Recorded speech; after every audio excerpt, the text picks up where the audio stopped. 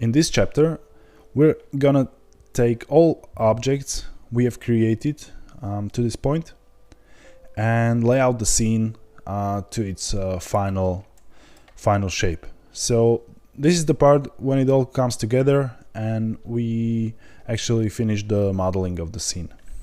Let's start with the rocks. So find them in the outliner view and let's unhide them by clicking the closed eye icon. And here you can see there's one and the other one is under the terrain, but they're too large. So let's just select them here in the outliner view. So click the rock and then hold shift and click the second one. And let's press G and Z to move them a little bit up. And what I want to do right now is to move them into a collection. And I'll explain why. We'll be doing a lot of duplicates of these rocks to fill the scene. And it can get real messy here in the outline view if you have 10, 20 objects with the same name and you search for some object and you have to go through all of it. So I like to make a collection for that, which I can collapse, and it's a much more tidy approach. So let's do that. And to move the object to collection, you can always go to the object menu and search for a collection and then move to collection. But you can see there is a shortcut M. So let's do that. Let's just press M and it'll give you an option to move to an existing collection right there, which was created by default when you started the scene. But you have a plus icon here with the option to create a new collection, and that's what I want to do. So let's click that. And right here we can write the name of the collection, in this case rocks, and click OK. And if you now look to the outline view, you can see there is a new collection named rocks. It contains the two objects which we move there, and you can collapse it with this little arrow here, so you don't have a clutter of objects here. And you can also disable the whole collection if you don't want to see that or you don't want to work with it at the moment. So very handy. And right now we are prepared to move these rocks into a position. So let's select one of them, for example this one. And the best way to do that is by taking advantage of snapping. So here at the top you can see this little horseshoe icon, and if you enable that you enable snapping. But right now if you move it, it just moves in the increments because the setting of the snapping is set to increment. But we can change these to whatever we like, for example vertex, edge, face, or the whole volume. So let's go with the faces. And I will show you what that does. If you now press G and start to move the rock around, the object snaps into the individual faces. So when I release that, you can see it's sitting on the ground. But let me press Ctrl Z because there's one other thing, and the snapping has additional options. And one of them is project to individual elements. And what that'll do, if you now press G, it moves the object so that the origin point of the object sits on the face that you were pointing to. And then there is another option, and it says align rotation to target. And as you would expect, it not only places the object, but it also rotates it in the direction of the normal of the face that it's snapping to. So when I would move it here, it would rotate to match the orientation of these steep faces. Now let's press Ctrl Z again. And right now I don't want to use the rotation, So I'll just leave the projection turned on and move this first rock somewhere in place. Okay, and then I'll take this second and move it somewhere too. And right away we can see we would need to scale it down.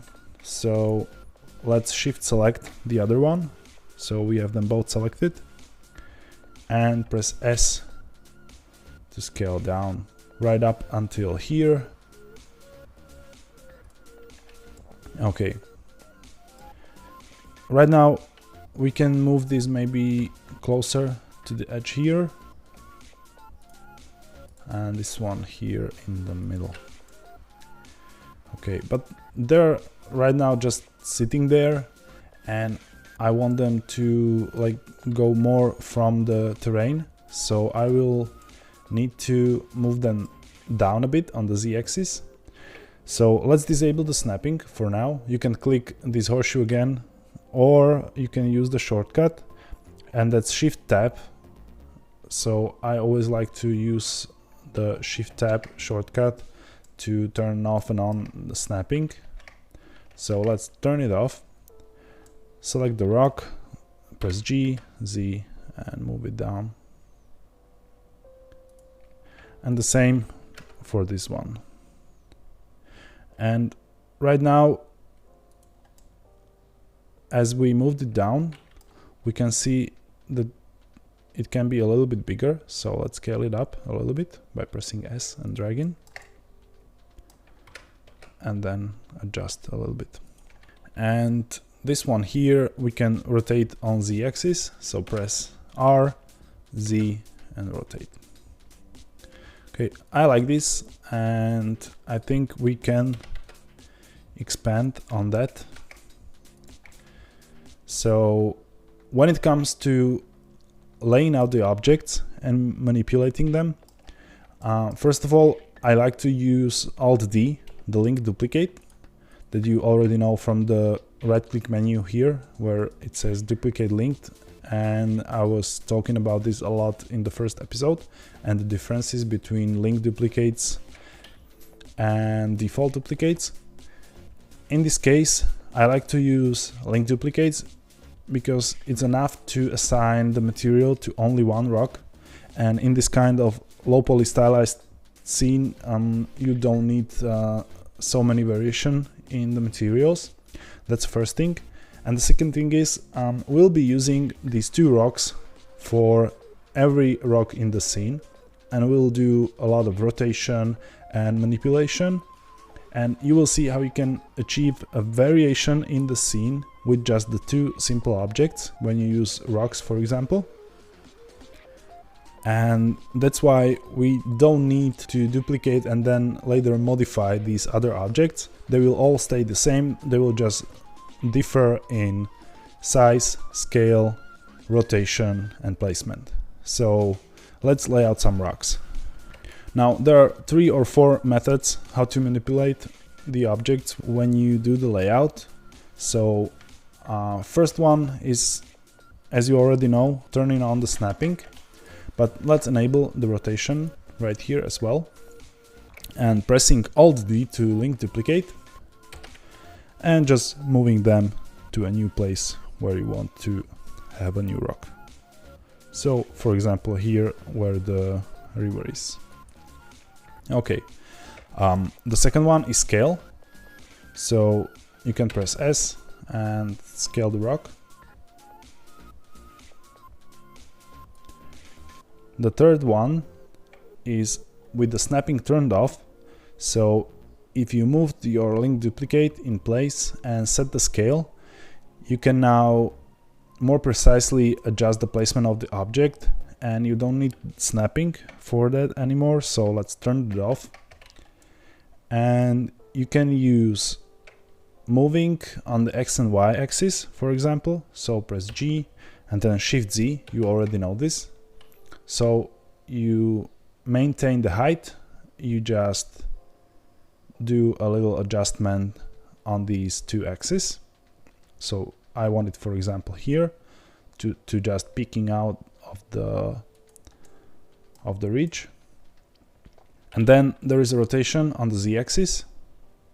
Press R, then Z. If you like your position and also the rotation of the object, you just want to turn it to the other side or something like that. So for example, something like this. And then there's a special mode for rotation. When you press R and then R again, you get like, you can see how the cursor changed, and there are little arrows, and you can see that when you go from side to side, you are rotating the object on the vertical axis, and if you go up and down, you are rotating it in the horizontal axis. And this is relative to your camera view. So you can do a bunch of crazy rotations right here, and this is very useful when laying out rocks, because as I said, you're just using one or two types of object to make all the variation in the scene. So for example, when I want another one, let's enable snapping, and I can just Alt D to duplicate, move it for example here, disable the snapping, G and Z to move it down, and right now I want to use completely different side of this rock, and then I can place it on the X and Y axis. So yeah, and now you see this is it looks like a completely different object, but it's actually the link duplicate of this one and this one. So this is the method I will use in the scene to make all the rocks. Now I will be placing these rocks around the scene as I see fit. You can do the same and really do something that you like, or you can try to follow what I'm doing here. And I will try to comment on what I'm doing, but I want to do this a little bit quicker so we can move on to the next part. So yeah, let's do that. Yeah, I want this larger rock to go on the other side too. So let's enable the snapping, link duplicate, and we can rotate that a little bit. And let's try actually to scale it up, turn off snapping and bring it down a little bit. I think this would look really nice, and maybe rotate this. And I don't want this to happen here, so let's move it a little bit inwards. Okay, I really like this as a large rock, and I want to rotate this a little bit. Okay, and now let's duplicate this one again with Shift Z, grab it along, bring it down, and then double press R and just rotate it and bring it back up and move it here. And here you can see how with just the simple rotation and adjustments, and by determining what part of mesh is visible, you can really do some pretty variation here.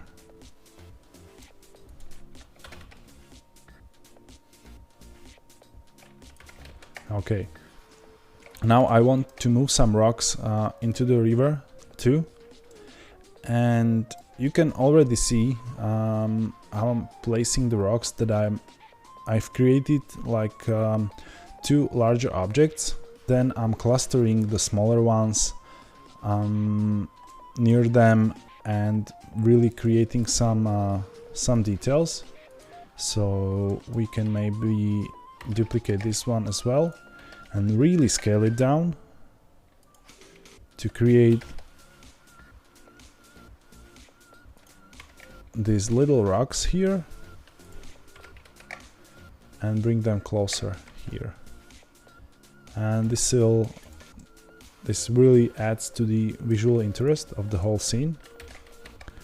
And I can duplicate this one too, bring it down and maybe rotate it so the sharper side of the rock is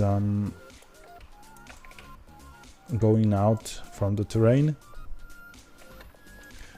Yeah, and then we can again enable snapping and bring this one larger here. And let's hide the water with H for a while. Turn off snapping, and we can bring this down and really make it a little bit larger here. Maybe like this. Okay. Yeah, I like this. And maybe one more of these. And you can create really interesting visual details with this approach.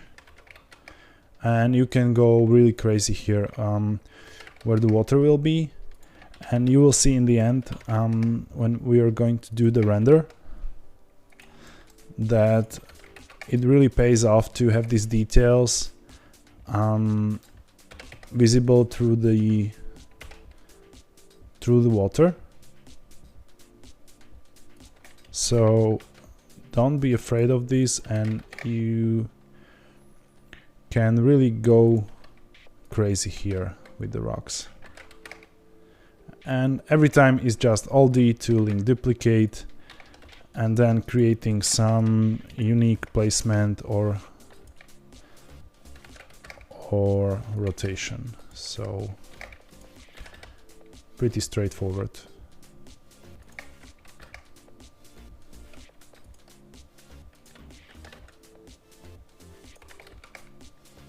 And as you can see, I'm using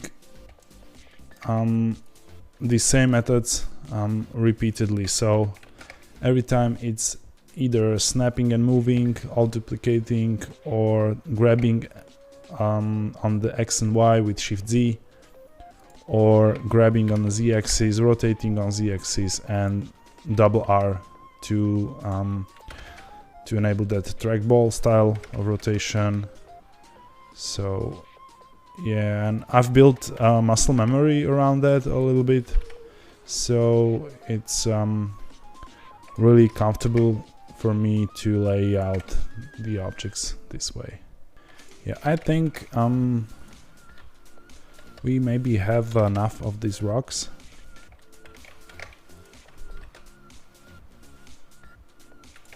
Okay. And maybe I want some of them near the road too.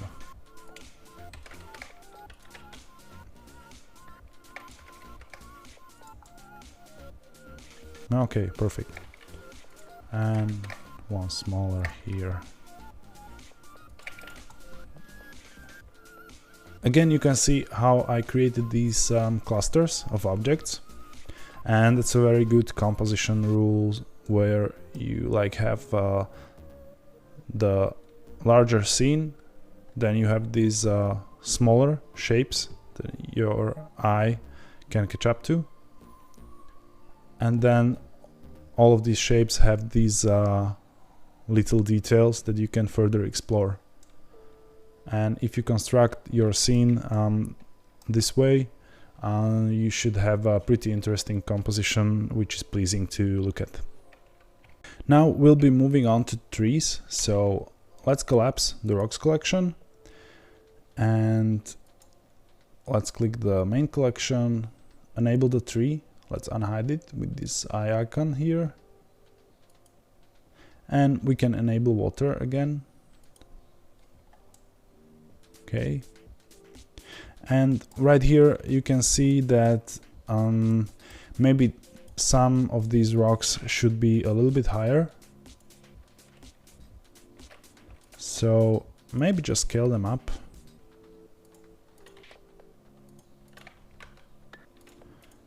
And drag them up a little bit. Because you want them to be visible underwater. But you want them to go over the surface as well, a little bit. So yeah, this will be much better, I think. And let's move this one.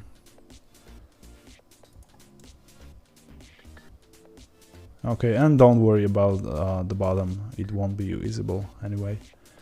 Okay, let's get back to those trees. Let's select the tree, and again we'll create a collection for that. So press M to move, click new collection, and let's name the trees. Click OK. And right now we can use practically the same method for placing the trees. So enable the snapping, and you can grab the tree around. But the rotation here is not so useful as with the rocks. So let's open this and uncheck the align rotation to target option. And right now this is much better. So let's move tree right here next to those rocks. I think that will look nice. And let's scale it down a little bit. And here, as you can see, as we have a pivot point on the bottom, it really makes the placement of the object easy, because when you grab it and snap it, it snaps with the pivot point, so you always snap the tree at the bottom of the trunk. And rotation too, so very practical to have the pivot point at the bottom of the tree.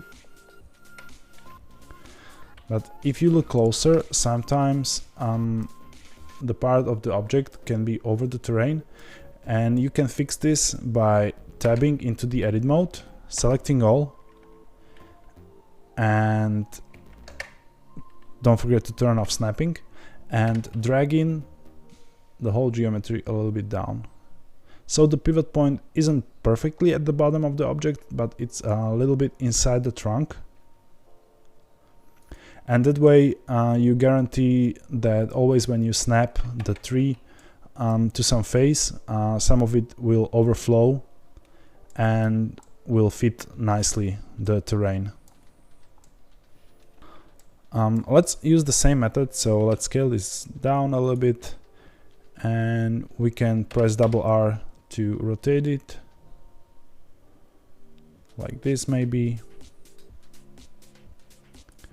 Yeah, and let's all duplicate, but turn on snapping, and let's all duplicate and create a new one, and we can rotate it a little bit. We don't have to be so precise here, we can scale it up. This is stylized composition. You can go a little bit more into the cartoon direction here, so you can exaggerate some of the things, like the rotation of the tree or something like that. Okay, and let's all duplicate this tree again. Let's make this one smaller, maybe rotate that a little bit. And again, this is a creative part of the thing, so do your thing. Don't have to follow precisely. Okay, and let's move some of these closer to the water, and let's make this smaller. Okay, and I will disable snapping and move it a little bit more inside the terrain.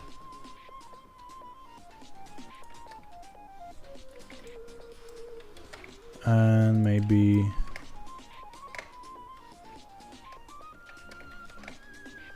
one more here. Let's make it smaller.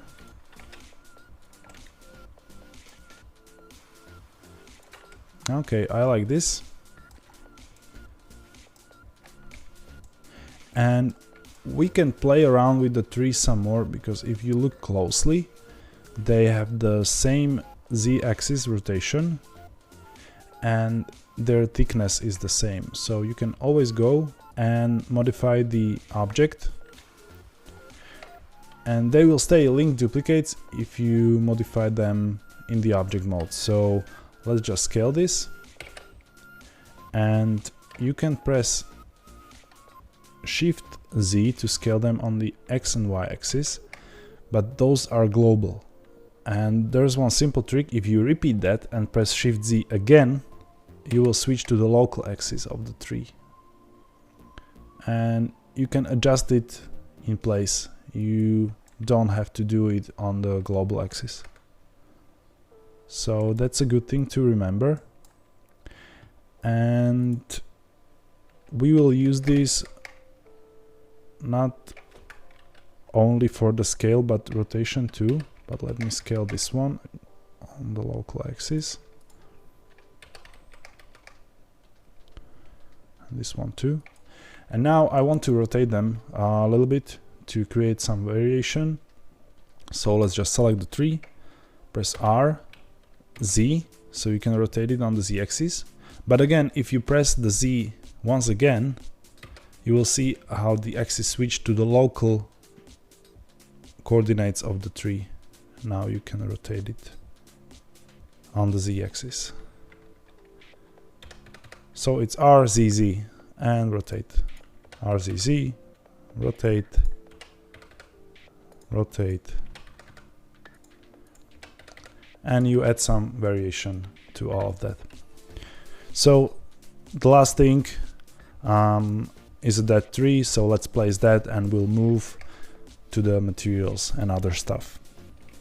So this will be again the same process as we did for the trees. So let's just collapse the trees collection, find the dead tree, unhide here in the outliner, or you can press Alt H in the scene and it'll unhide all of the hidden things. So please be aware of that it will unhide all. And let's enable snapping with the rotation turned off. Let's just grab it to a new place, but first let's scale it down, because right away we can see that this is too large. And yeah, let's move it maybe here.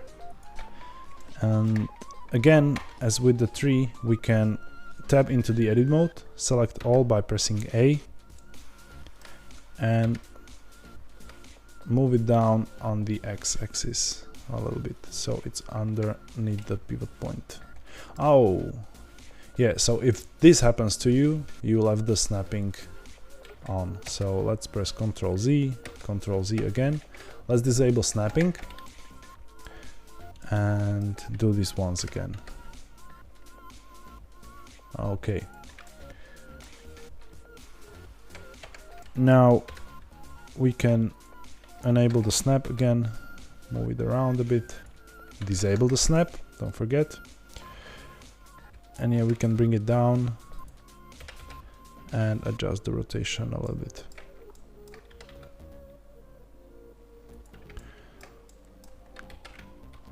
I will all duplicate, move it with Shift Z on the X and Y axis, grab it on the Z axis a little bit up, and then rotate with double R, scale it down a bit, and I want to create one more, so Alt duplicate again, move it somewhere here in the back, grab it up, yeah, and again rotate Z to rotate it on the Z axis only, and yeah, basically you can go completely crazy here. You can do dead trees only, or you can leave them out, whatever you want. And I like to keep one on the road to make things interesting. So yeah, let's duplicate this once again, move it on the X and Y, and I want to rotate this 90 degrees, so just press R, then Y, and 90. And if you press minus, you will rotate to the negative direction. Press enter. We can now position the tree with G and Shift Z, rotate it a little bit. So press R and Z. Now it's a global axis, and we can rotate the tree across the road. And if you look from the side, you can now maybe adjust it a little bit. Yeah, okay, I kind of like this. Yeah, so that's about it. And maybe after you have done it all, you can go through the scene and really look at the composition from multiple sides, and maybe add some new objects here and there, make it a little bit more interesting.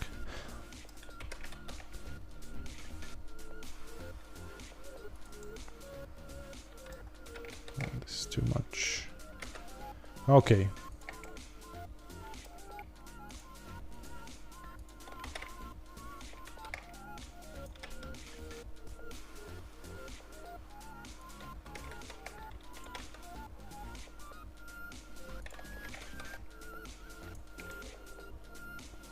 I think